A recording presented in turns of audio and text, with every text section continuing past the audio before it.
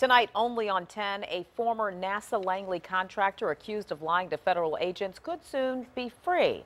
Bo Zhang, who was employed at the National Institute of Aerospace and had access to NASA Langley, was arrested after failing to fully divulge he had an extra laptop and hard drive when he stopped at Dulles International Airport.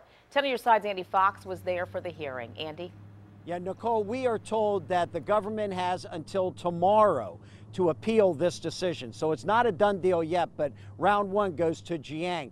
Now, part of the government's argument was this, that Jiang purchased a one-way ticket to go to China.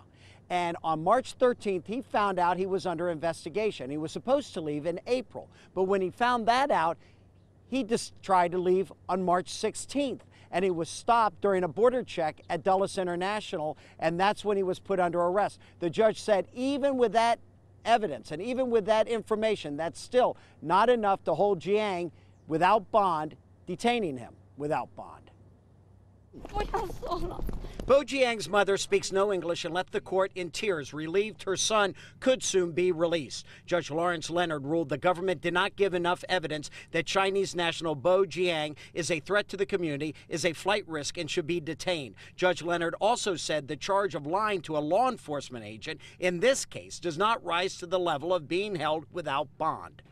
These charges do not even trigger that presumption, and that is something that the judge considered in issuing his opinion. Jiang's attorney went further, that in America you are investigated and then charged. Groini said the government waited until Jiang was about to leave the country to get the probable cause to arrest him. I think those are plain and simple and straightforward statements. That was my argument to the court, and I don't know whether that was one of the reasons why the judge agreed to release Dr. Jambo on conditions, but I think the judge considered that. The government also failed to show that there was classified information Jiang took from NASA Langley on his computers. Judge Leonard said nothing we have heard supports that claim. U.S. Attorney Lisa McKeel had no comment. How disappointed are you with the judge's decision that your evidence has not risen to the level to keep him incarcerated? I'm sorry, we can't have any comment. You can call our Alexandria office for comment.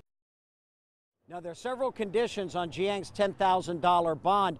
There was an investigator here for NASA Langley, and I asked him as he was leaving, what do you think about the judge's decision? He said, wise judge. And then he said he had no other comment. In Newport News, Andy Fox, 10 on your side.